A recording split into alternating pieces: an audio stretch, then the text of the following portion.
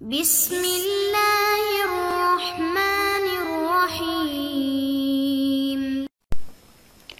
نحمدہ ونصلی ونسلم علی رسولہ الکریم اما بعد۔ ناظرین، امید ہے کہ آپ تمام احباب اللہ تعالیٰ کے فضل و کرم سے خیر و عافیت سے ہوں گے۔ آج ہمارا سبق نمبر 71 ہے، اور آج کے سبق میں ہم ایک برگزیدہ اور جلیل القدر نبی حضرت داؤد علیہ السلام کا تذکرہ کرتے ہیں۔ ناظرین، آپ کا نسب اور آپ کا علاقہ اور آپ کو کی جائے بعثت یہ انشاءاللہ ابھی آتی ہے، لیکن اس سے پہلے حضرت کا تعارف اس حوالے سے ہم کرتے ہیں کہ حضرت داؤد علیہ السلام اللہ تعالیٰ کے بہت ہی پیارے بندے تھے۔ جوانی میں ان کو جہاد کا ذوق و شوق تھا، اور اس مقدس عبادت کی بدولت اللہ تعالیٰ نے ان کو خلافت بھی عطا فرمائی۔ آپ کے لیے اللہ تعالیٰ نے لوہے کو موم بنا دیا، جس کی وجہ سے آپ اپنی انگلیوں سے جہاد کے اہنی آلات بڑی خوبصورتی اور پائیداری سے بناتے تھے۔ ایک سچے مجاہد کی طرح وہ جہاد سے شغف کے ساتھ ذکر و تلاوت اور عبادات کی بھی دلدادہ تھے۔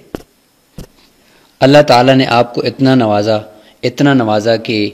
ان کے لیے لوہے کو مسخر کر دیا، اور بہت زیادہ اللہ تعالیٰ نے آپ کے لیے انعامات فرمائے۔ تو اللہ تعالیٰ کی انعامات کے اوپر آپ کی اتنی ہی شکر گزاری بھی تھی کہ انہوں نے اپنی عبادت کے لیے مستقل جگہ مخصوص کر رکھی تھی، جہاں تنہائی میں آپ نے رب کے ساتھ مناجات میں مشغول رہتے تھے۔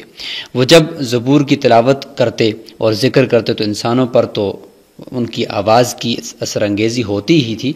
لیکن پرندے اور پہاڑ بھی اسے سن کر وجد میں آ جاتے تھے، اور ساری فضا محبت الہی کے پرکیف رنگ میں ڈوبی ہوئی محسوس ہوتی تھی۔ اللہ تعالیٰ نے آپ کو علم و فضل کے ساتھ دلوں میں اتر جانے والی خطابت کا ملکہ بھی عطا فرمایا تھا، اور نبوت و بادشاہت کے ساتھ عدل و انصاف اور رعایا کے معاملات کی دیکھ بھال اور ان کے تنازعات کے منصفانہ اور نپے تلے فیصلوں کی صلاحیت بھی نصیب فرمائی تھی۔ آپ دنیا اور آخرت کی ان نعمتوں اور روحانیت اور دین کی ان روحانیت اور مادیت اور دین و دنیا کی نعمتوں کی کہ اس حسین امتزاج کو دیکھتے تو بے ساختہ شکر ادا کرتے، اور اپنے اہل و عیال کو بھی ہم وقت شکر گزار بندوں کی طرح رہنے کی تلقین کرتے۔ اسی شکر گزاری، احسان شناسی، عجز و تواضع کے بدلے میں اللہ تعالیٰ نے آپ کو حضرت سلیمان علیہ السلام جیسا بیٹا عطا فرمایا، جو آپ کا صحیح معنوں میں جانشین اور وارث تھا۔ اگلے سبق کے اندر ہم حضرت سلیمان علیہ السلام کا بھی تذکرہ کریں گے۔ ناظرین، بڑھتے ہیں حضرت داؤد علیہ السلام کے نسب کی طرف۔ حافظ ابن کثیر رحمۃ اللہ علیہ نے اپنی تاریخ میں داؤد علیہ السلام کا نسب یوں بیان کیا ہے: داؤد بن عیشا، اور ایک روایت میں ابن جریر کی عیشی نام بھی ہے، بن عبد بن عابر، اور ابن جریر کی روایت میں عابر کی جگہ پہ عابز زا کے ساتھ ہے، بن سلمون بن نحشون بن عنیازب، اور بن ارم بن حسرون بن فارس بن یہودا بن یعقوب۔ اور اس کے بعد یہ جو قوسین کے اندر آپ یہاں پہ یعنی بعض نے عنیازب کی جگہ پہ عمی نازب اور ارم کی جگہ پہ رام بھی بتایا، جیسے کہ ابن جریر کے روایات ہیں۔ تو یہ آپ کا نسب نامہ ہے۔ تورات میں ہے کہ عیشا نامی جو بزرگ تھے ان کے بہت سے لڑکے تھے، اور داؤد علیہ السلام میں سب سے جو چھوٹے ہیں تو ان میں سب سے چھوٹے تھے۔ تو داؤد علیہ السلام سے پہلے جو یہودا تھے ان کے گھرانے میں نبوت چلی آتی تھی، اور افرایم کے خاندان میں حکومت و سلطنت چلتی تھی۔ تو داؤد پہلے شخص ہیں جن کو نبوت اور حکومت دونوں نعمتیں بخشی گئی۔ انبیاء اور رسول میں سے حضرت آدم علیہ السلام کے علاوہ صرف داؤد علیہ السلام ہی وہ پیغمبر ہیں کہ جنہیں قرآن نے خلیفہ کے لقب سے پکارا ہے۔ حضرت داؤد علیہ السلام کو بنی اسرائیل کی بادشاہت ملنے کا بھی پس منظر ہے، انشاءاللہ ہم وہ بھی آگے اس کا تذکرہ کرتے ہیں، لیکن سب سے پہلے ہم چلتے ہیں کہ حضرت داؤد علیہ السلام کا قرآن مجید کے اندر کتنے مقامات پر تذکرہ آیا ہے۔ یہاں پر دیکھیں تو تقریباً 16 مقامات پر حضرت داؤد علیہ السلام کا تذکرہ ہے۔ سورہ بقرہ میں بھی ہے 251 نمبر آیت میں، سورہ نساء، مائدہ، انعام، اسراء، انبیاء، نمل، سبا اور سورہ صاد آیاتوں کو بھی آپ دیکھ سکتے ہیں، اور یہاں پہ سورتوں کے نمبر بھی ہیں۔ چند متعلقہ آیات کا بھی تھوڑا سا تذکرہ ہم یہاں پہ کرتے ہیں اور ان کی بھی زیارت کرتے ہیں۔ تو چونکہ اللہ تعالیٰ نے حضرت داؤد علیہ السلام اور حضرت سلیمان ان کے جو صاحبزادے ان کو ایک قوت فیصلہ بھی اللہ تعالیٰ نے اس کا بھی ایک ملکہ نصیب فرمایا تھا، تو یہ ایک واقعے کی طرف اشارہ ہے کہ وَدَاوُودَ وَسُلَيْمَانَ اِذْ يَحْكُمَانِ فِي الْحَرْثِ اِذْ نَفَشَتْ فِيهِ غَنَمُ الْقَوْمِ، یہ داؤد اور سلیمان کا تذکرہ کیجئے کہ جب وہ ایک کھیتی کے بارے میں فیصلہ کر رہے تھے جس میں کسی قوم کی بکریاں چر گئی تھیں، ہم ان کے فیصلے کے وقت موجود تھے، ہم نے سلمان کو فیصلہ سمجھا دیا تھا، ویسے ہم نے دونوں کو علم و حکمت سے نوازا تھا، نیز ہم نے داؤد کے ساتھ پہاڑوں اور پرندوں کو تسبیح پر لگا رکھا تھا۔ ان آیات کی روشنی میں اگر آپ دیکھیں تو آپ کو انشاءاللہ پوری تفصیل کے ساتھ یہ آیاتیں سمجھ میں آنا شروع ہو جائیں گی۔ تو ناظرین، یہ جو نیچے مقام ہے فلسطین، اس کے اندر اللہ تعالیٰ نے بڑے بڑے برگزیدہ اور جلیل القدر انبیاء کو یہاں پہ مبعوث فرمایا اور یہاں پہ ان کی رہائش رہی، انہوں نے اپنی زندگیاں گزاری۔ تو یہ جو فلسطین ہے اس میں آپ یہاں پہ جو سٹار لگے ہوئے ہیں سرخ سرخ سے، تو ان جگہوں پہ حضرت داؤد علیہ السلام کی حکومت بھی رہی، اور یہاں پہ جو اسدود کا مقام ہے اس سے متعلق ہم کچھ تاریخی واقعات آپ کو بتاتے ہیں۔ یہ جو اسدود ہے بالکل یہاں پہ بحیر روم ہے اس طرف، اور اس کے ساتھ یہ جو ہے اس کو کے بارے میں تھوڑی سی تفصیل ہم کرتے ہیں۔ اسدود نقشے کے اندر ناظرین آپ کو لکھا ہوا مل رہا ہے، لیکن اس کو اشدود بھی کہتے ہیں اور اشدود بھی لکھا ہوا ملتا ہے۔ تو یہاں پہ اشدود کے مقام پر جو حضرت داؤد علیہ السلام نے تورات والے جو تابوت تھے ان کی مدد سے فلسطینیوں کے ساتھ جنگ کی، لیکن یہاں پہ آپ کو شکست ہوئی، یہاں تک کہ فلسطینی ان سے یہ تابوت چھین کر رملہ، یہ جو اوپر آپ دیکھ رہے ہیں رملہ، تو اس جگہ پر لے گئے اور بیت دجن جو یہاں پہ لکھا ہوا ہے اس میں وہ لے گئے۔ پھر ان کی حکومت وسیع ہوئی، حتیٰ کہ ایلا یعنی یہ جو خلیج عقبہ ہے یہاں تک یہ پھیل گئی، تو اس کے بعد یہ دریائے فرات تک پھیل گئی۔ ان کی جو قبر ہے وہ حضرت داؤد علیہ السلام کی وہ ایک پہاڑ پر ہے جو بیت المقدس سے رملہ جاتے ہوئے ابو غوش مقام سے کچھ آگے دائیں ہاتھ پر پڑتا ہے، تو یہ ابو غوش جہاں پہ جو لکھا ہوا ہے، تو یہاں پہ حضرت داؤد علیہ السلام کی قبر ہے، ہم ان کی قبر کی بھی ابھی زیارت کرنے والے ہیں۔ تو آپ تقریباً 963 قبل مسیح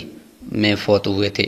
یہاں پر ناظرین ایک بات قابل ذکر ہے کہ کنعانی عرب جو ہیں وہ 2500 قبل مسیح سے کنعان یعنی فلسطین میں رہائش پذیر ہیں۔ 1200 قبل مسیح کی گرد و پیش حضرت موسیٰ اور ان کی قوم نے کنعان کے علاقے کی طرف ہجرت کی تھی۔ پھر حضرت یوشع بن نون نے کنعانیوں کی کمزوریوں اور باہمی آویزش سے فائدہ اٹھاتے ہوئے اپنی حکومت یہاں پہ قائم کر لی تھی، اور پھر حضرت طالوت نے فلسطینیوں سے لڑنے کے لیے ایک لشکر تیار کیا۔ اس وقت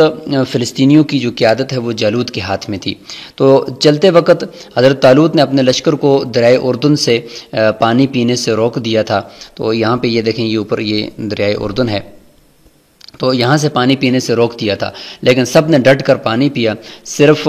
چند سپاہیوں نے صبر سے کام لی اور پانی نہ پیا، لیکن وہ اتنے تھوڑے تھے کہ کہنے لگے کہ ہمیں جالوت اور اس کے لشکروں سے مقابلے کی ہمت نہیں ہے۔ خیر جب مقابلہ ہوا تو جالوت نے مبارزت طلب کی، یعنی مقابلہ طلب کیا، تو حضرت داؤد علیہ السلام اس کے مقابلے میں نکلے۔ اس وقت وہ طالوت کے لشکر میں ایک عام سپاہی کی حیثیت رکھتے تھے۔ انہوں نے جالوت کا نشانہ تاک کر پھینکا جو سیدھا اس کے ماتھے پر لگا، وہ چکرا گیا اور انہوں نے جلدی سے اس کی تلوار چھین کر اس کا سر اڑا دیا۔ تو اس طرح جالوت کی فوج شکست کھا گئی۔ حضرت طالوت نے حضرت داؤد علیہ السلام سے وعدہ کیا تھا کہ میں تجھے اپنی بیٹی میکال کا رشتہ دوں گا اور فوج کا سپہ سالار اور کمانڈر ان چیف بناؤں گا، لیکن بعد میں انہوں نے وعدہ خلافی کرنے کی ٹھانی اور حضرت داؤد علیہ السلام کے خلاف ایک سازش تیار کی، مگر حضرت داؤد علیہ السلام الحمدللہ پھر بچ نکلے، بلکہ یہ داؤد علیہ السلام کے غلبے اور ان کی اسرائیلی حکومت کا نقطہ آغاز یہاں پہ آپ اس کو سمجھ سکتے ہیں۔ تو ناظرین، حضرت داؤد علیہ السلام نے بنی اسرائیل پر تقریباً 40 سال حکومت کی ہے، اور اس کے بعد 100 سال کی عمر میں 963 قبل مسیح میں وفات پائی ہے۔ بائبل میں لکھا ہے کہ داؤد بن عیشی نے اسرائیلیوں پر 40 برس سلطنت کی ہے، اور اس نے حبرون میں 7 برس اور یروشلم میں 33 برس سلطنت کی ہے۔ حضرت عبداللہ بن عباس رضی اللہ عنہ فرماتے ہیں کہ حضرت داؤد علیہ السلام کا انتقال اچانک ہفتے کے دن ہوا۔ وہ مقررہ عبادت میں مشغول تھے اور پرندوں کی جو ٹکڑیاں تھیں اور ان کے اوپر پر باندھے ہوئے ان پر ایک سایہ فگن تھی، ان کے اوپر سایہ کی ہوئی تھی کہ اچانک اسی حالت میں آپ کا انتقال ہو گیا۔